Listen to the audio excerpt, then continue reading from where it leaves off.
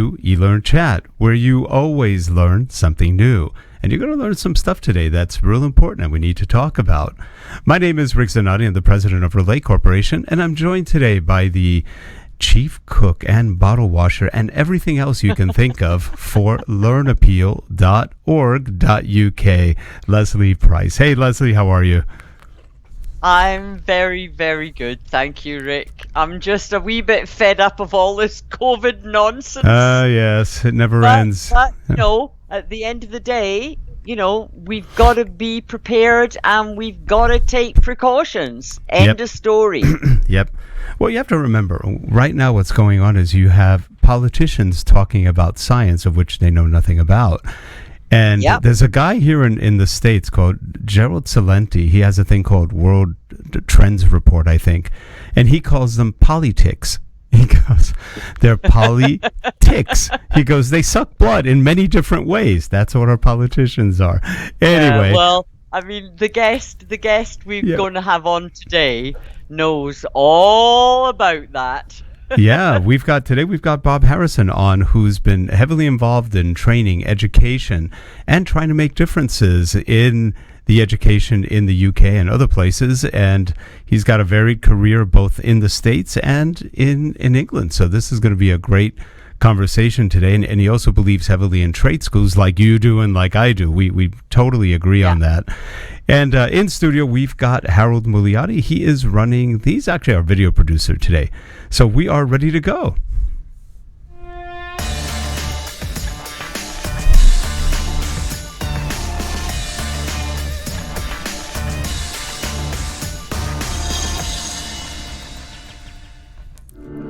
This show is sponsored by Relay Corporation. Digital learning development, media development, corporate video, management consulting, and more. Visit us at www.relate.com. Thanks.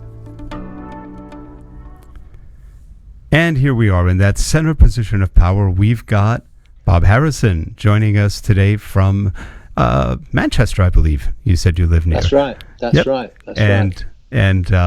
I'm so glad you could join us. And we had a talk a little bit pre-show about some of the things you've done.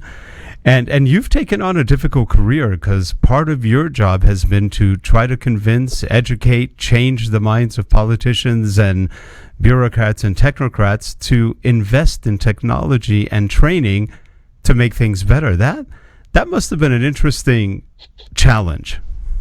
Well, it has been a challenge. Hence the lack of hair, Rick. Now after nearly 50 years in education. But it's interesting. Leslie mentioned the COVID thing, and there's a particular bittersweet irony for me in the whole COVID thing, because I have spent the best part of 20 years here in the UK working with government ministers, working with policymakers, with superintendents, with college principals, with head teachers and teachers, trying to persuade them that investment in digital technology for teaching, learning and assessment would improve learning, enhance learning, extend learning, engage more learners, and how an empowered learner with good access and good technology, with access to the world of knowledge, that would pay off in the long term.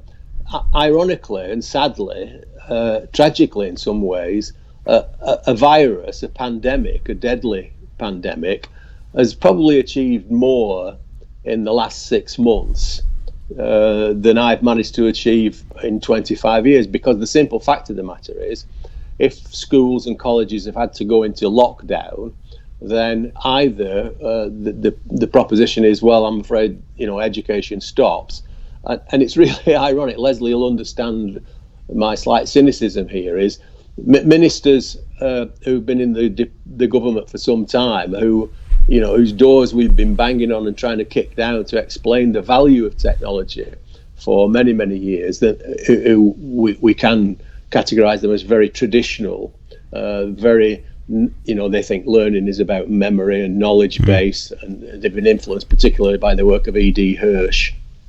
And all of a sudden, after 10 years of them refusing even to engage with us, and worse than that, dismantling the infrastructure that we did have to try and support technology in schools and colleges, now all of a sudden, because of the political imperative, have turned into converts and think that remote learning is the way forward.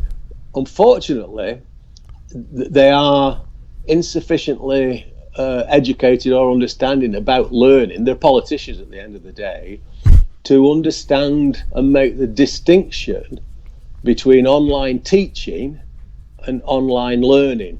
And so the government have invested significantly in what's something that's called the Oak National Teaching Academy, which basically has ploughed millions of pounds of public money for an organisation, a private sector organisation, to broadcast lessons. Well, that's online teaching. Online learning, on the other hand, as we've learnt here with many years with the world beating Open University, online learning is a carefully designed combination of context, content, creativity, co-creation, co-construction, collaboration, communication, sense of community, and content. I'm not denying that content is important, but I think the emphasis on broadcasting content is not what's required. What we require is an investment in learning design, and I think that to some extent brings me to my central point and thesis, which is, and I think this is both sides of the Atlantic,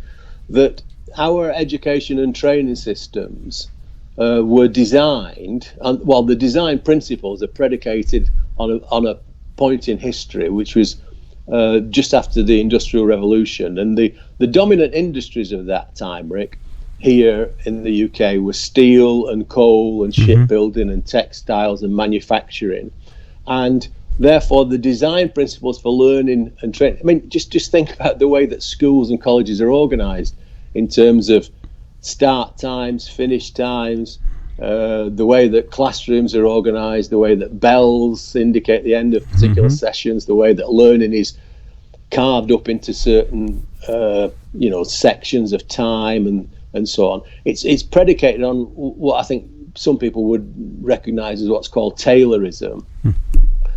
And quite frankly, I just don't think it's fit for purpose any longer in a digital age.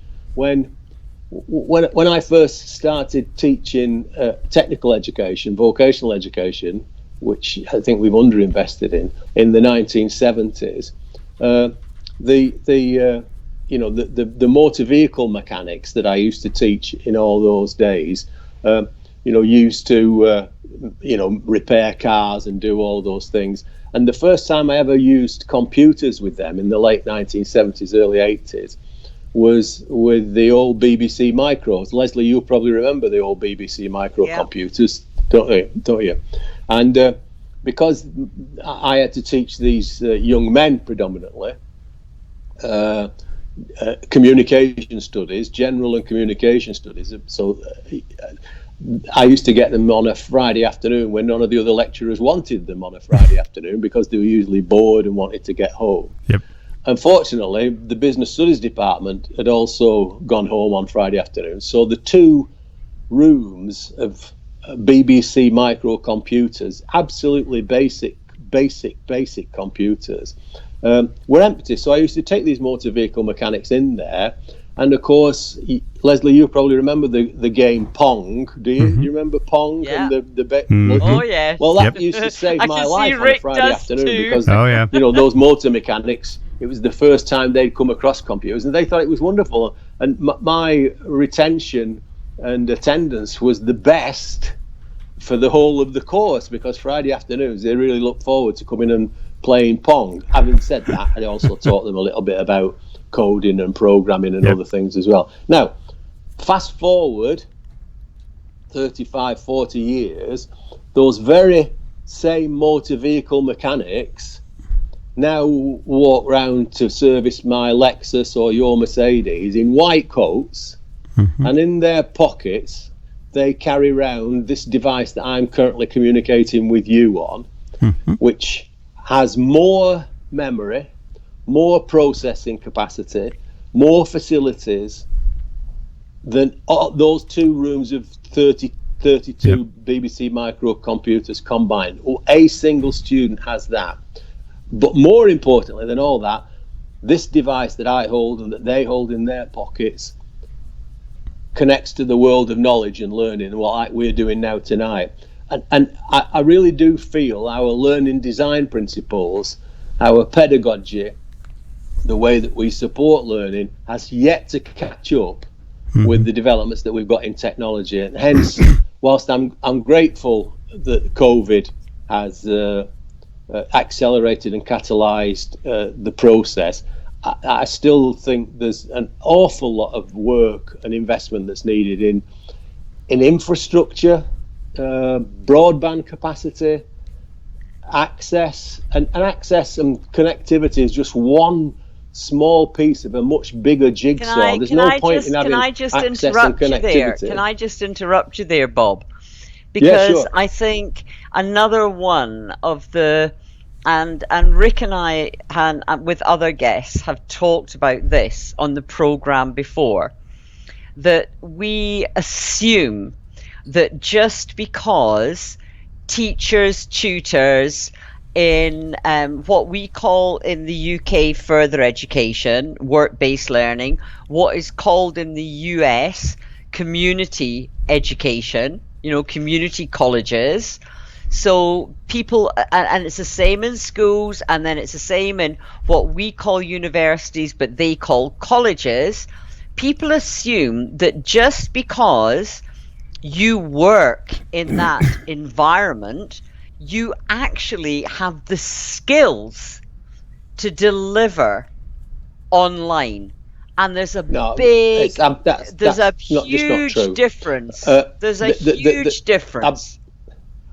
Huge difference. Hence the point that I was making earlier about the difference between online teaching and online learning, and why I think the government's actions in investing in the Oak Academy.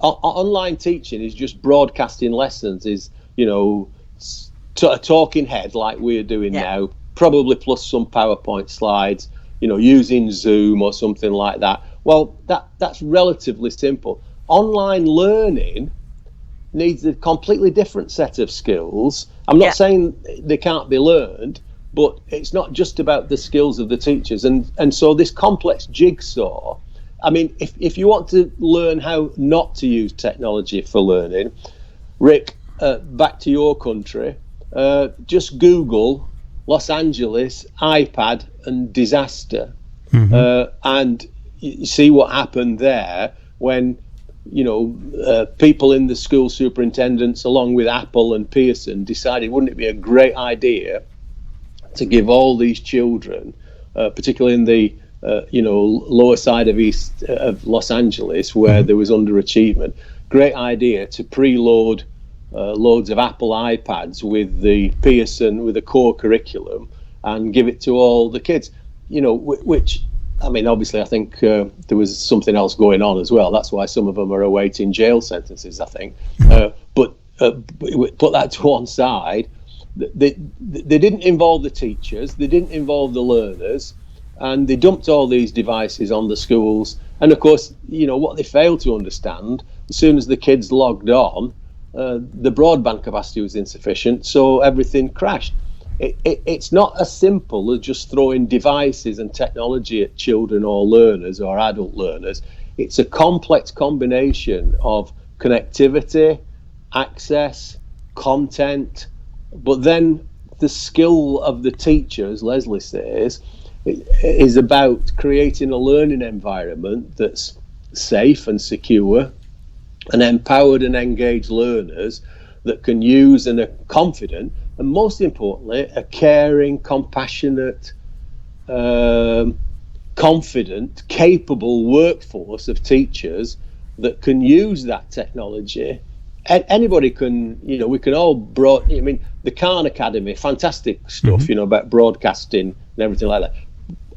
but it's online teaching rather than online learning. And online learning, as our world-beating Open University will testify, is much more complex and needs much more careful thought, and is not a cheap option. It needs investment in infrastructure, investment in devices, and there's a massive issue here, Rick. I don't know whether it's the same over there, where the digital divide is actually increasing because, of course, the kids who can't afford. Rick will be able devices. To tell you. Rick will be able to tell you that it is the same in the States as it is here.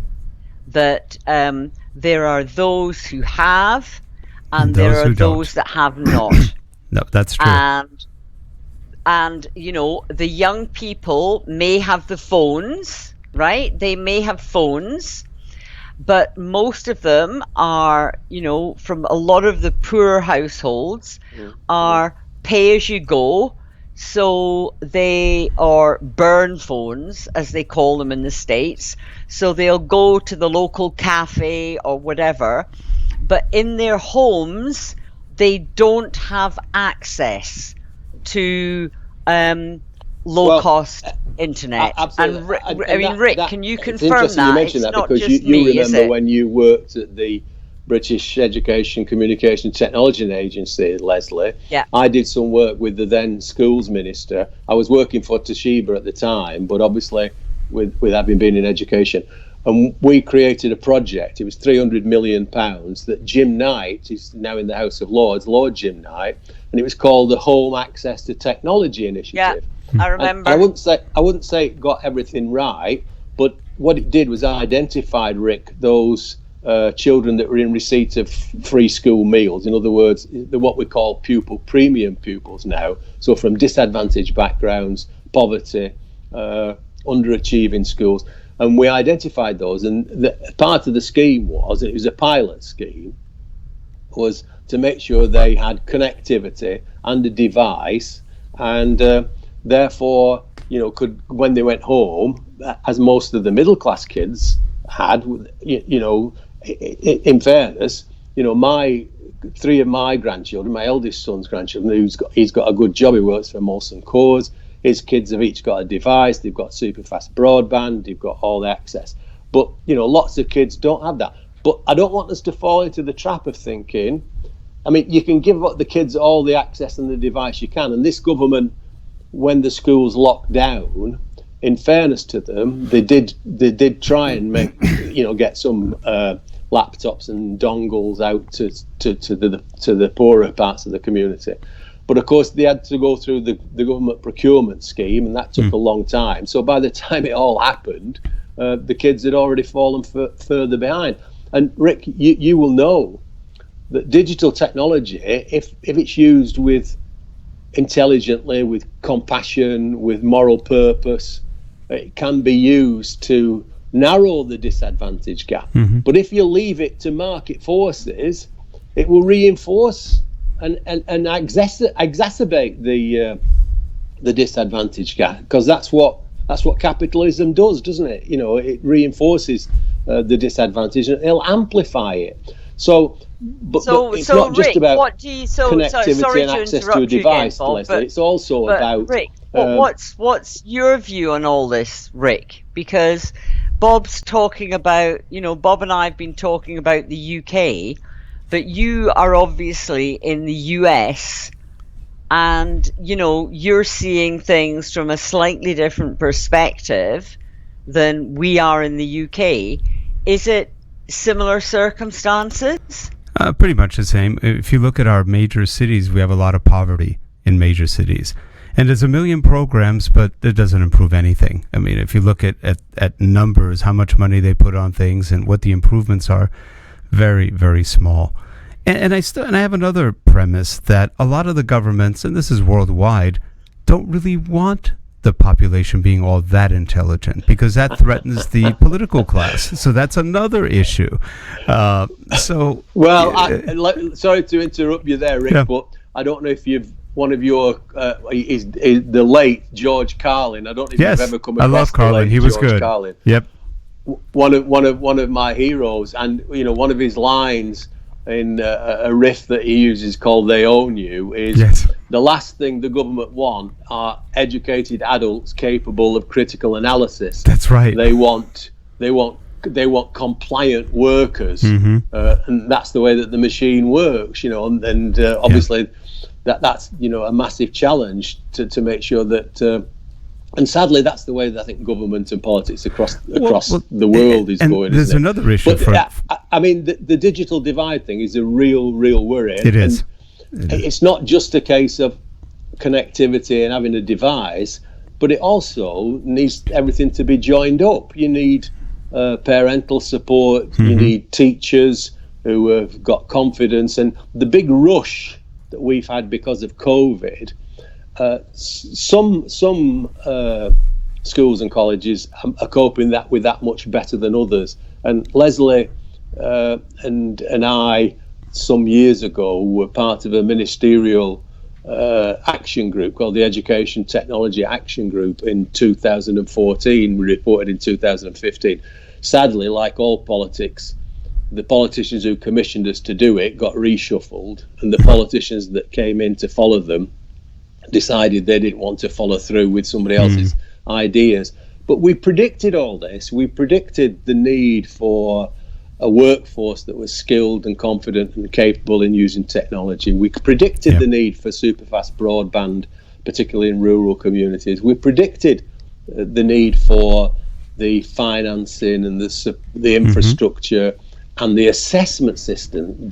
Please, my blood pressure tablets, I'm already at the highest doses I can get. So don't get me starting on the assessment system, because that really does hold back. We had I don't know about you in the States, Rick, but we've had an absolute disaster this summer because of the exam system. And we went for, because we had to cancel all the exams.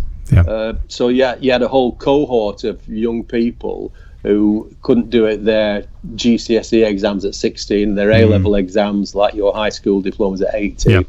And so the government, in its wisdom, I mean that cynically, in its wisdom, decided to rely on teacher grades. And if they'd relied on teacher grades and just teacher grades, they'd have been okay. But they decided to apply an algorithm to which factored in how that school had previously done and absolute disaster in the end of the day, that they've had to reverse it in a massive U-turn. So the assessment system is, and interestingly, yesterday there was a brilliant article on the Stanford News from one of the professors that's done some analysis into testing and the history of testing and assessment and everything like that.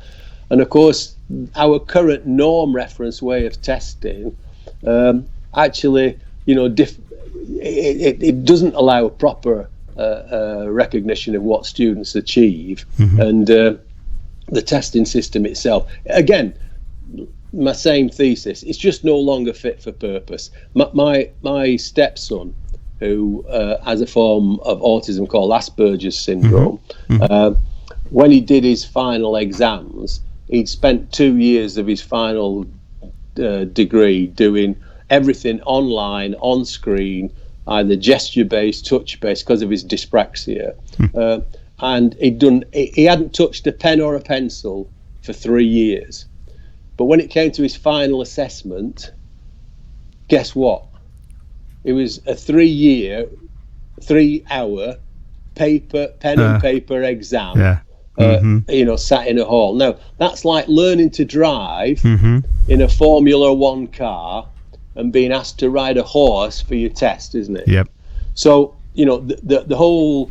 So, I think the design principles of how we design and support education and training are now no longer fit for purpose and need a paradigm shift in the way that we think about it, how we deliver it, and how we organise it. So we're sorry to interrupt you there again, Bob, but what were you going to... You were going to ask something there, Rick.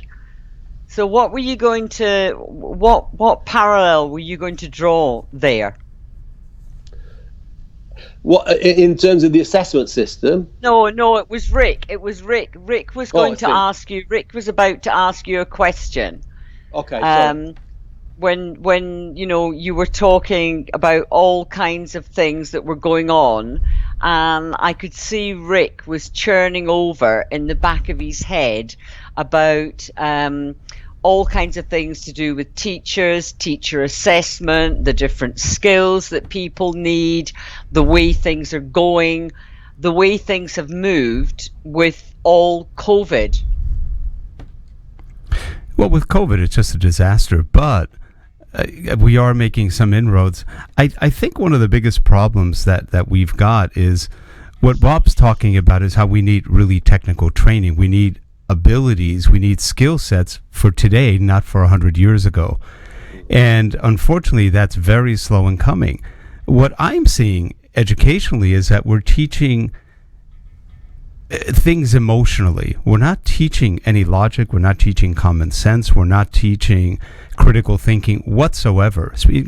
From elementary school through college, no critical thinking at all. None. Zero. And so as a result, people are strictly not much better than emotional animals. We react to everything. We react. We don't think.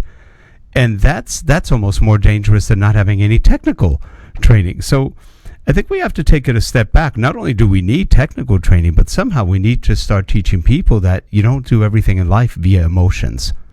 Because everything right now is handled by emotions. I knew a psychotherapist, and she said, she was a marriage counselor or a family counselor, and she said, girls, for example, today do everything by managing by controlling emotions on someone else.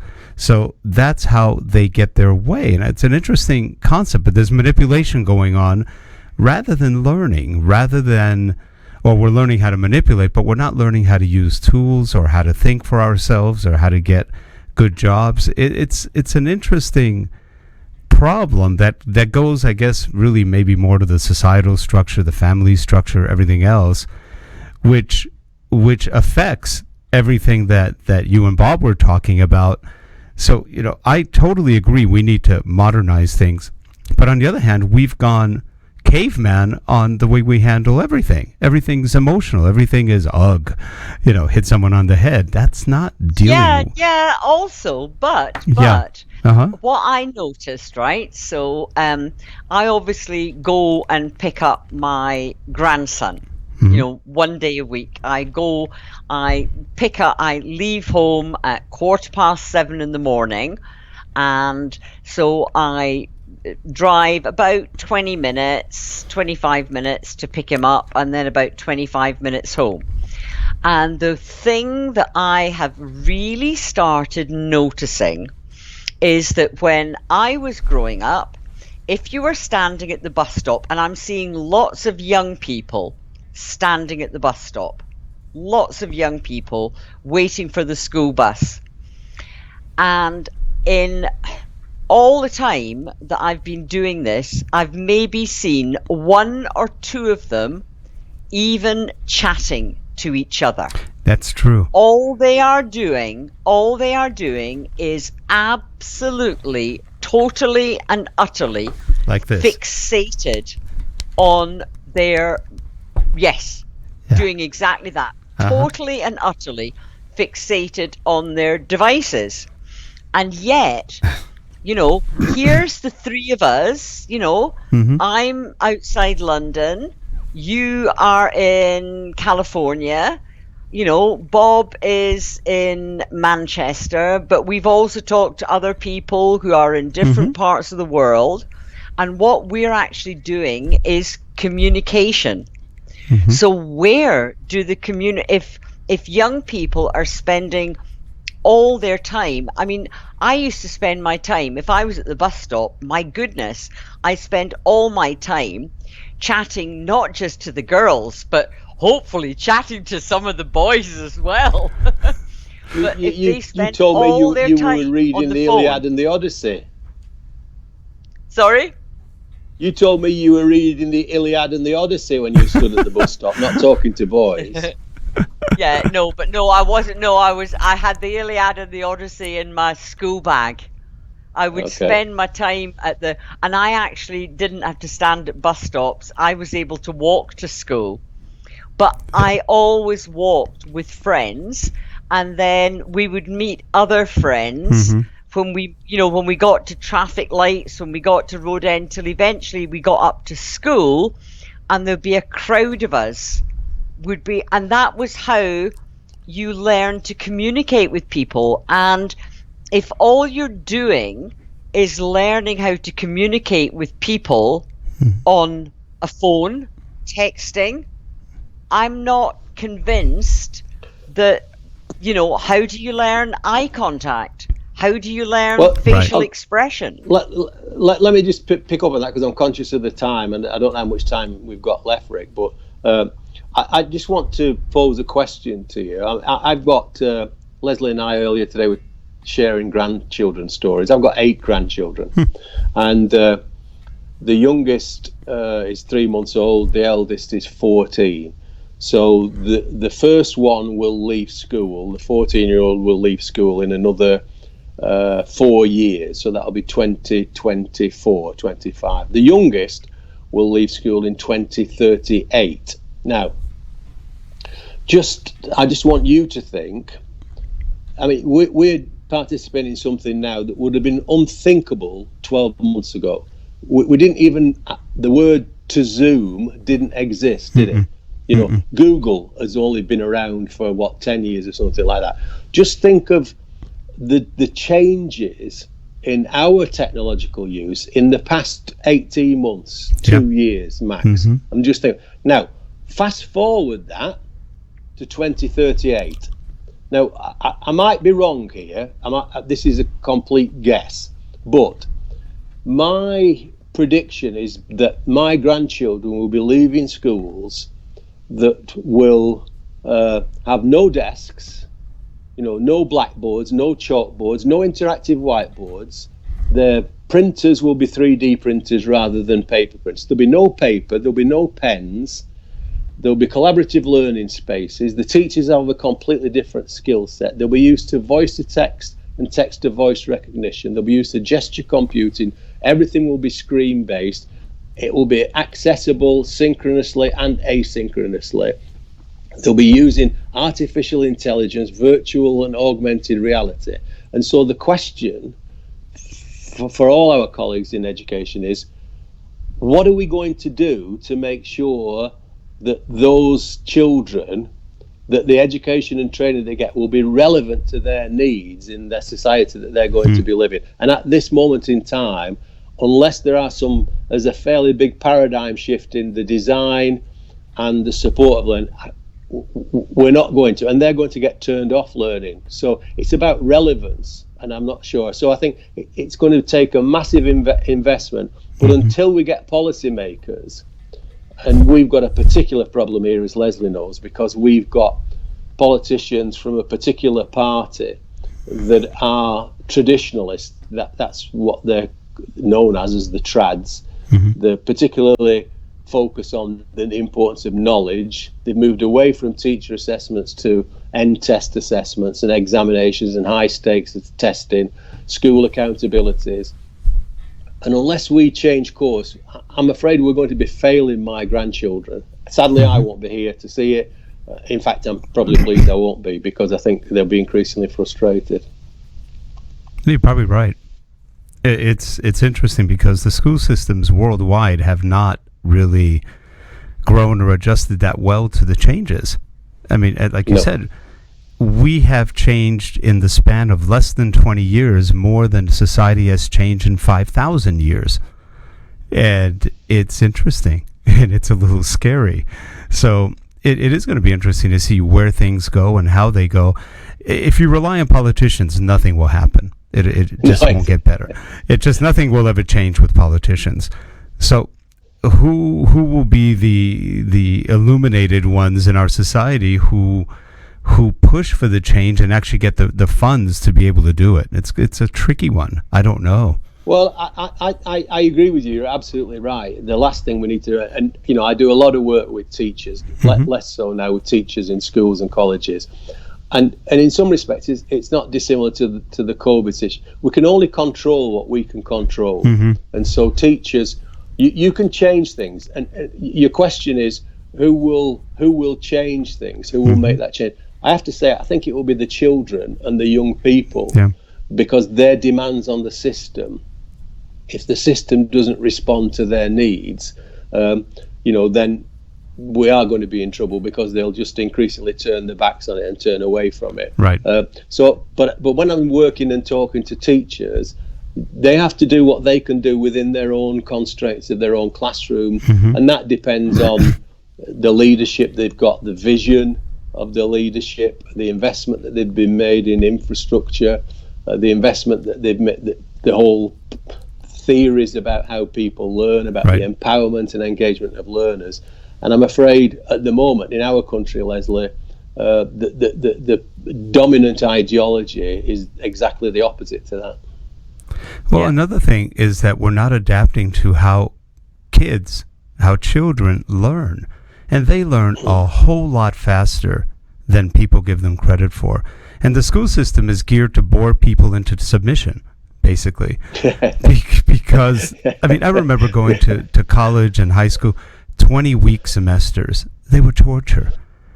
So I would take my most complex and hardest classes, the hard sciences, and in summer schools, it was 6 weeks. And in 6 weeks, I got 20 weeks done much better. I hated 20 weeks. It took forever. And if you had a bad teacher, it was even more torturous. And so you look at the kids now, aside from attention span issues, they learn quickly. Now, they may not put it into effect quickly, but they do learn quickly. And if you could get them motivated, then there's a chance that the school system should no worse than a quarter. 10 weeks is probably as long as you would want classes. I say make it even shorter. And then you probably would learn a lot more, and the kids would probably be a lot better off for it. But again, that would require another massive change in the way things are structured. Not easy. Absolutely. Yeah, not easy. I don't know if you've come across... Anyway, we must be running out of time, Rick, because we're now at 20 to... the work we're of now at Sugata 27. Mitra and these... Leslie, have you come across Sugata Mitra and his soul learning environments about his theory where he puts a computer with four children, presents them with a problem and says, right, I'll be back in an hour, and then they have to resolve it and sort it out. I know I don't buy all of that. Right. I think it's earned him a nice $1 million TED prize and and a film that was based on his work, Slumdog Millionaire, about the computers in the wall in India. But there's something in it, all the research tells us that whether it's face-to-face, online, or a blend of the two, learners have to be the active agent in the process. Yep. And they have to own some of that process. But it also depends. It also depends on the way that you're teaching them. So I used to give my children a lot of freedom, a huge amount of freedom. But I told them there was rules, there was boundaries, and there was consequences. And the rules and boundaries of and consequences actually changed depending on what they were doing. So the rules and boundaries and consequences changed from when they were little in the house to when they started going out partying, when they were 15, 16, 17. But you had to, and I think it's the same when we're doing stuff now with people that, there's lots of stuff you can do online, but hurting people, scamming people, being nasty, that is crossing the boundaries. There are rules, and if you do that, there are consequences. Well, with that, we are pretty much out of time. Bob, we'd love to have you back on again and continue this, because I think we're only touching the surface, and it's not an easy problem to solve. Yeah. Anyway, thanks ever so much, Bob. I really appreciate you coming on. I've just had an email just before we came on to say I've been accepted as a judge again. That's the thing about when you get old, Rick. You know, lots of people ask you to be judging things, and you can do that now on Zoom and stuff. But there's a national. In fact, it came out of California originally, but it was in London last year. It's called the Learning Reimagined Awards. I don't know if you've come across them. Yeah, I've heard of them. Yeah, it's a big, and I've been a judge for that. I'm a judge for a number of awards over here, and it's constant inspiration because going back to your question about who will change things, it's an absolute inspiration to me every year to be a judge on a lot of these awards, because teachers and the industry as well, you know, the BECTA Awards, Leslie, you know, the BECTA show, the production of software and hardware, it's really inspirational, the stuff that's going on. But as you rightly say, Rick, it's at our peril if we wait for the government to do anything, because when they actually do, they're often late. And when they do something, it's the wrong thing, and we end up with the opposite of what they intended to do in the first place. So thanks for having me. I appreciate it. Thank you so much for coming on. Now with my wife, and then watch Manchester City play here on the television. There's no fans at the moment. No fans, I know. Well, thanks for having me. I appreciate it. Oh, we appreciate you. Thanks and ever so much, Bob. we will see you soon. Care. Thank you much. If you're watching the show, Bye. please subscribe and give us feedback. Thanks. Bye-bye. Yeah, I will do. Bye-bye. Bye-bye.